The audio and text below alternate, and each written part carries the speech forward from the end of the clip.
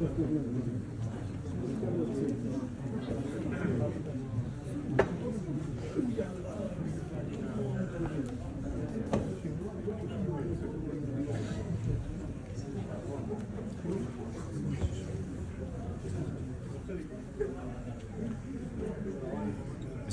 Rahmanir Rahim. Alhamdulillahi Rabbil Alameen wa la'aqibatu lil muttaqeen wa salatu wa salamu ala rasulihi nabiyil ummi wa ala alihi wa sahbihi ajma'in. Subhanaka la ilma lana illa ma 'allamtana innaka antal alimul hakim. Subhanaka la ilma lana illa ma 'allamtana innaka antal alimul hakim. Subhanaka la ilma lana illa ma 'allamtana innaka antal alimul hakim. So my dear brothers, this is chapter 10, and this is the commentary on the part of the hadith where the Prophet ﷺ said to Sayyidina Abdullah bin Abbas radiyallahu ta'ala anhuma, know that victory comes with patience. وَعَلَمْ أَنَّ النَّصْرَ مَعَ الصَّبْرِ. Know that victory comes with patience. So Imam Ibn Rajab will commentate and explain this part of the hadith. This entire book, just to remind those who haven't sat in the dars before, this entire book is a commentary on the one hadith of the Prophet ﷺ, where he gives advice to Sayyidina Abdullah bin Abbas. So this part of the advice is know that victory comes with patience. So what does this mean? This corresponds with Allah subhanahu wa ta'ala words, Ya ayyuha alladhina amanu idha laqitum fi'atan fathbutu wadhkuru Allaha kathiran la'allakum tuflihun. O you who believe, when you meet troops, stand firm and remember Allah repeatedly, so that hopefully you will be successful. And Allah subhanahu wa ta'ala says, فَإِن يَكُم مِّنكُم مِّئَةٌ صَابِرَةٌ يَغْلِبُوا مِئَتَيْنِ وَإِن يَكُم مِّنكُمْ أَلْفٌ يَغْلِبُوا أَلْفَيْنِ بِإِذْنِ اللَّهِ وَاللَّهُ مَعَ الصَّابِرِينَ. If there are 100 of you who are steadfast, they will overcome 200. And if there are 1,000 of you, they will overcome 2,000 with Allah's permission. Allah is with the patient. Then there are his words in the story of Talut. فَلَمَّا جَاوَزَهُ هُوَ الَّذِينَ آمَنُوا مَعَهُ قالوا لا طاقة لنا اليوم بجالوت وجنوده قال الذين يظنون أنهم ملاقو الله كم من فئة قليلة غلبت فئة كثيرة بإذن الله والله مع الصابرين. Then when he and those who believed with him had crossed it, meaning the river, they said, we do not have the strength to face Goliath and his troops today. But those who were sure that they were going to meet Allah said, how many a small force has triumphed over a much greater one by Allah's permission. Allah is with the patient. And Allah subhanahu wa ta'ala's words, بَلَا إِن تَصْبِرُوا وَتَتَّقُوا وَيَأْتُوكُم مِّن فَوْرِهِمْ هَذَا يُمْدِدْكُمْ رَبُّكُم بِخَمْسَةِ آلَافٍ مِّنَ الْمَلَائِكَةِ مُسَوِّمِينَ. Yes, indeed.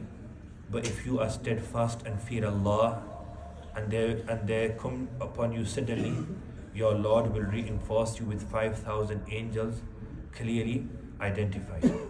In fact, there are numerous other verses and hadith commanding patience.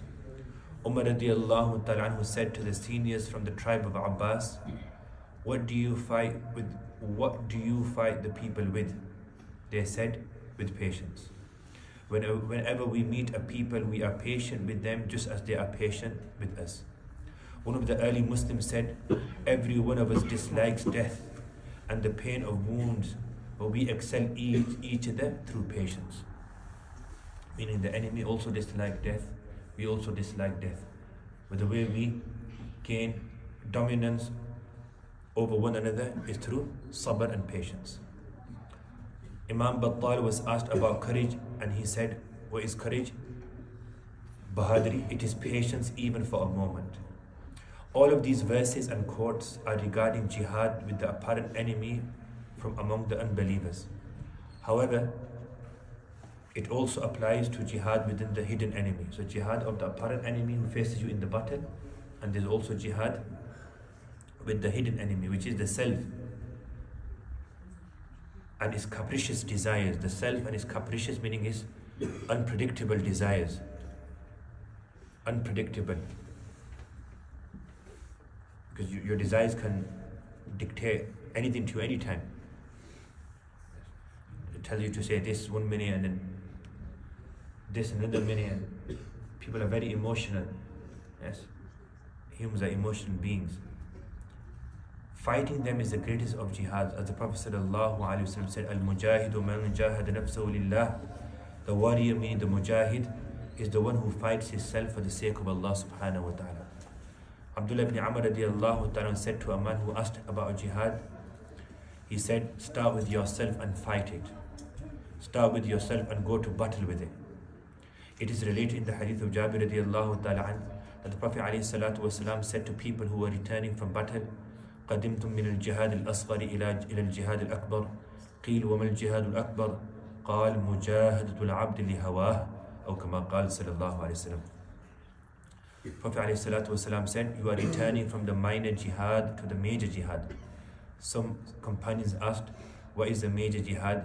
He sallallahu alayhi wasallam said, a person struggled with his desires. Abu Bakr Siddiq radiallahu ta'ala said to Umar radiallahu ta'ala in his council, when he appointed him as the Khalifa, the first thing I warn you of is your ego that hides deep inside you. It is related in the hadith of Anas radiallahu ta'ala an from the Prophet sallallahu alayhi wasallam, and in the hadith of Abu Malik al-Ashja'i radiallahu ta'ala an, that the Prophet alayhi salatu wasalam said, لَيْسَ عَدُوَّكَ الَّذِي إِذَا قَتَلَكَ أَدْخَلَكَ الْجَنَّةِ وَإِذَا قَتَلْتَهُ كَانَ لَكَ نُورًا أَعْدَى عَدُوَّكَ وَأَعْدَى عَدُوِّكَ نَفْسُكَ الَّتِي بَيْنَ جَنْبَيْكَ. Your enemy is not the one who kills you and you enter into Jannah, or the one whom you kill and you gain a light. Your worst enemy is your ego, which is inside of you. Abbas ibn Ahnaf, the poet, has taken this very meaning when he said, my heart calls me to what will harm me and what will increase my grief and pain. I so seldomly hold fast to my opinion. I am the verge of being lamented. How do I guard against my enemy when my enemy lives inside me? This jihad with the nafs also requires patience.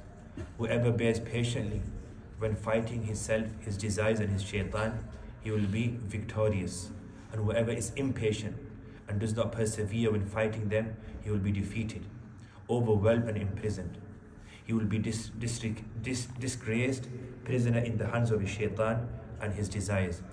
As has been said by a poet, if one does not overcome his desires, they will reduce the honorable to disgrace. If one does not overcome his desires, they will reduce the honorable to disgrace. And this is the truth, my dear brothers. Desires are such a thing, the nafs, that if a person becomes subdued and they are overpowered by their desires, they become a slave to their desires.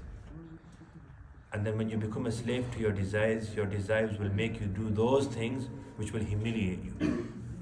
And not only humiliate you in the akhirah, but also in the dunya. Sometimes a person, because of their desires, do such things in the moment without thinking of the consequences, that it has a long-term impact. They get humiliated. And therefore, we need to control our desires. We need to be the one who is dictated to our desires and not our desires dictated to us. As the Quran mentions, أَفَرَأَيْتَ الَّذِي مَنِ اتَّخَذَ إِلَهَهُ هَوَاهُ. Have you seen the individual who has made his desires as his Lord, as ilah? What does this mean? Meaning they become a slave to their desires. Whatever their desires say, watch this, they watch this. Say this, they say this. Listen to this, they listen to this. And true freedom, as Imam Ghazali rahmatullahi says, true freedom, true azadi, is when you control your desires. Subhanallah. Why? It says the thing they like us to Probably. The intellect will be, yes, the intellect needs to be the one that's governing your body and not your desires. If you control your desires, what happens? Before you control your desires, you have different things controlling you, different desires controlling you. You be a slave to so many things. Your eye says, watch this. Your mouth says, say this. Your hand says, grab this. Yes, a person is shackled to different avenues and different various fake idols and gods. But when you control your desires, you freed yourself from all of these shackles. Now you are only slave to who? To one Allah. So this is true freedom. And there is no, brothers, there is no true freedom without controlling your desires. You know, this liberal, Western, secular concept that do as you please, this is freedom. No, this is slavery to your nafs, is hedonism. The idea of hedonism is like a black hole. The more you feed your desires, the more you want it. It's an eternal black hole. There's nothing that will fill this black hole. This is hedonism. And this is why Imam Ibn Qayyim rahmatullahi alayhi, he gives the analogy of desires which is not in control with a wild, insane horse who loses control. The only time or the only circumstance this horse will stop if it falls into death or it throws itself into destruction. When it loses control and it becomes insane, it does not stop until it throws itself into destruction. And this is how the desires are. Once the desires go out of control, it will not stop until it throws a person into complete destruction. And you see this. You see within celebrities, you see within people who start off with, you think this person he's got such a lavish life and he's got such a high status and money and everything, and then they start off with married and then they become gay and then they change their transgender, even that's not enough, and then they don't know where to go and then they commit suicide. How many cases have we seen like this? The trajectory starts off with like this, slowly. The desires start off with normal baseline sin, and then slowly it goes to something that even animals don't do. And it becomes so out of control that they don't know what to do, so they say, oh, it's natural. No, it's not natural. It's not natural. This is the animalistic side of a human. If it's not controlled, it leads a person to destruction. Another poet said, at times one is imprisoned by his passions, but his patience appears and moves it aside. A man of desires is but a slave. A man of desires is nothing but a slave. But when he overcomes his desires, he is a king. But when he overcomes his desires, he is a king. Ibn Mubarak rahmatullahi alayhi said, how briefly the patient one had to bear patiently, and how briefly the impatient one enjoyed himself. Subhanallah, I said that again. How briefly the patient one had to bear patiently, and how briefly the impatient one enjoyed himself. So the one that does sabr and controls himself from desires, he's patient, but only for a short while. And the one is not patient, he enjoys himself, but only for a short while. It's only 5-10 minutes desires, but the person destroys dunya and akhirah. Sometimes only a few minutes desires to destroy the dunya and akhirah. Not worth it. It is related in the Sahihain in Bukhari and Muslim from the Prophet sallallahu alaihi wasallam that he said, "Laysa ash-shadid bis-sur'ah, innama ash-shadid alladhi yamliku nafsahu 'inda al-ghadab." Or kama qala sallallahu alaihi wasallam. The strong man is not the one who throws people down in wrestling. The strong man is the one who has control of himself when he is angry.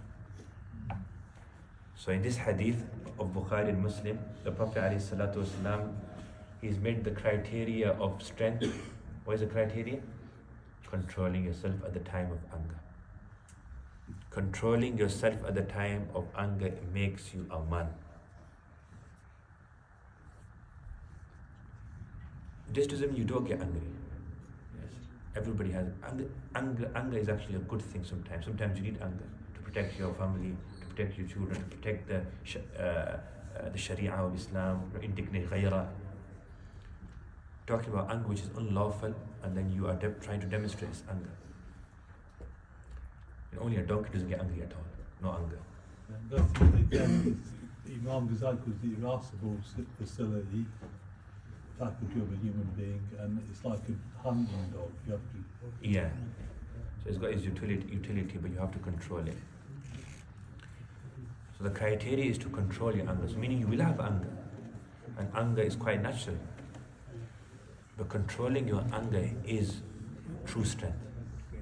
It's spiritual strength and physical. And have you noticed these fighters, before they even go into the ring or whatever fight, what do they say? They also is mentally, we're prepared, mentally we're calm, mentally we're this, mentally this. They work on the mental aspect because they know true strength comes from here. Imploding, this is not a sign of strength. And brother, you don't know me when I get angry. You're not incredible, Hulk, calm down. Yes? Oh, when I get angry, it's not nice. I mean, this doesn't make you hard, it doesn't make you a tough person, especially when you get angry at home and on the weekend. Yes, get angry on somebody who can give you a good few digs back in your head, and you'll see. Sometimes people become angry only on those who are weak. They can't do anything back, so they become angry on them. Do it on somebody who can give you a good malish. Down there, they don't get angry. I see people like this. They only get angry when on the thing. But somebody who can give them a walloping, it's okay. Okay, fine. So what does it mean? It shows you that this is a vice. It's not true strength. It's a vice. Someone described Ahnaf ibn Qais as the one who had the most authority over himself when he was angry. Allahu Akbar. Someone once said, so-and-so walks in water. So-and-so walks in Buzurg, he walks in water. So another person replied to him, the one whom Allah subhanahu wa ta'ala has given strength to oppose his desires is mightier than the one who walks in water. Because why? Because walking on the water is karama. If this is established as a karama of the awliya, and this happens sparingly, it doesn't happen all the time. The karamat don't happen all the time, and nor does the wali, the pious person, once it happens. It just happens sometimes, like it happened to the Sahaba ridwanullahi ajma'in, like it happened to the Sahib, the companion of Sulaiman alayhi salatu wasalam, when he brought the throne. These things happen occasionally, sometimes. And the person on whose hand the karama is performed, they don't boast about this, they don't, it just happens sometimes. But this requires istiqama. Controlling yourself requires istiqama. And as I say, al-istiqamatu fawq alf karama. Istiqama is more virtue than 1,000 miracles, 1,000 karamat. Why? Because istiqama is every day. Every day you're controlling your desires. Every day you're battling with your nafs and your ego. That's why this is more mightier. Imam Ibn Rajab says, know that yourself is like your animal. If it senses diligence in you, it will strive earnestly. And if it senses laziness from you, it will be greedy. And it will seek its pleasure and desires from you. It's the way you control yourself. If you're disciplined and you force yourself, you fight with yourself, it will stay in check. But if you give in and be lazy, it will control you. There's no tablet, Sometimes people say, how do I get tablet? How do I get zeal? Or how do I get istiqama? Or how do I get punctuality? There is a tablet that we can go to the pharmacy and take it and, but no. This is the tablet. Every day we have to struggle. We have to do it, knowing that is the right thing to do. A person, it's like medicine. If we've got an illness, and there's an illness which can cause death, may Allah save us all, and the doctor says, look, you have to take this medicine for 1 year. And if you don't take this medicine, your life is at risk. And the medicine is bitter. Will we take that medicine every day, yes or no? We will, even though the medicine is bitter, because we know that this medicine is good for us. So this is how the deen is, this is how A'mal is. You don't feel like waking for Fajr, you don't feel like reciting your Quran, you don't feel like doing your dhikr because you're tired or you're lazy. You say to yourself, no, I need this. I will need this in my grave, I will need this on the day of judgment, I will need this when I'm standing before Allah subhanahu wa ta'ala. I need this. I have to do this. And then you force yourself. Abu Sulaiman Al-Darani would say, when I was in Iraq, I was responsible for the palaces, the animals, the clothes and the food of the king. But myself never turned to any of them. But when I was responsible for the dates, myself almost pounced on them. That was mentioned to one of the Gnostics who said his self had no hope of getting the former. So he gave it up. But it could have the latter, and so he desired for it. He didn't desire for the palace of the kings, because I'm not going to get the palace of the king. But when he had the dates which was in front of him and were accessible, he wanted them. So what does this mean? This means that if you want to control yourself from a certain desire, make yourself hopeless from that desire. Make yourself hopeless. Ibn Rajab mentioned, create yas, hopelessness, despondency in yourself. No, I'm not going to have it. I can't get it. Finished. Come in terms with it. Accept that I'm not going to have this. And then it'll be easy. But if you have hope of the desire, as long as you have hope, then you will pursue that desire. And then when you pursue that desire, that's where the problem will come.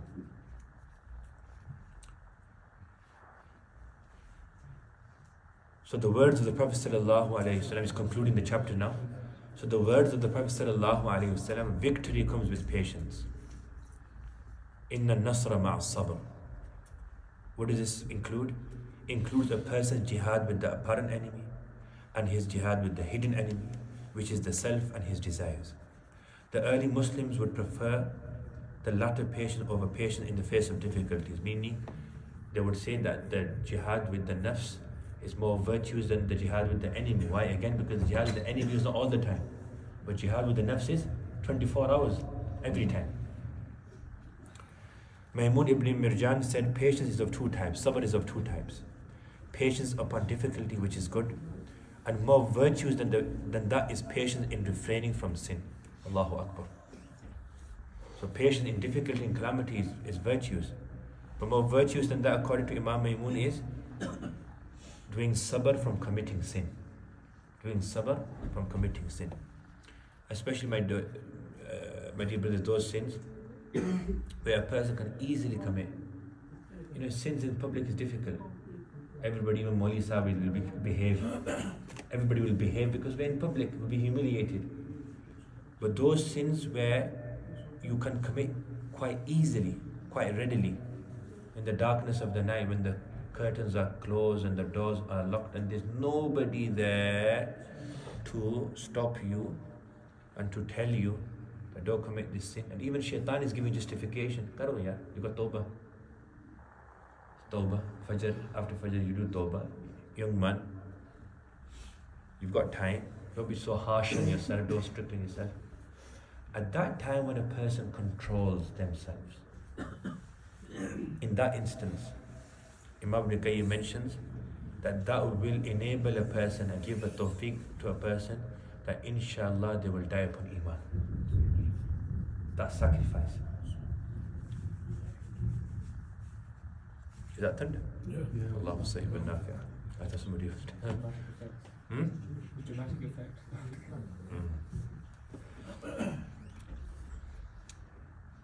So patience is of two types. Patience upon difficulty, which is good, and more virtuous than that is patience in refraining from sin.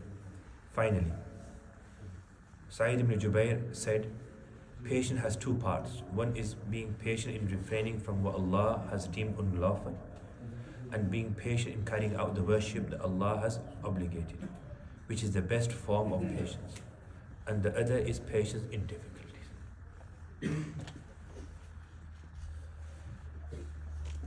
Now there you mentioned two patients, but a few days earlier you mentioned three patients, one in good deeds as well. Yes. But this, the third category, being patient, or being patient over doing good deeds, is interlinked with the one staying away from sins. The person, if they're staying away from sins, most probably they are also Very good deed. good deeds. So, yes, some scholars just mention 2, some mention 3. May Allah subhanahu wa ta'ala grant us tawfiq. Obviously, we don't say may Allah grant us patience, because then we'll have to ask for calamity. But if you want to ask patience, then you only ask patience specifically for the category of staying away from sins, not the other category, calamity, because then that means you will have to go through a calamity, and that is something we don't know if we can be successful in. Inshallah, we'll continue with it. How many days left now? Wednesday. So just count till Friday. Don't count Saturday. I'm in Bradford on Saturday, inshallah, 5. with my mum and dad. Monday, Tuesday. No, 6. Huh? Sorry, 6. 6 days. 6 days. Yeah, so we have 40 sides left. Inshallah, we can easily finish.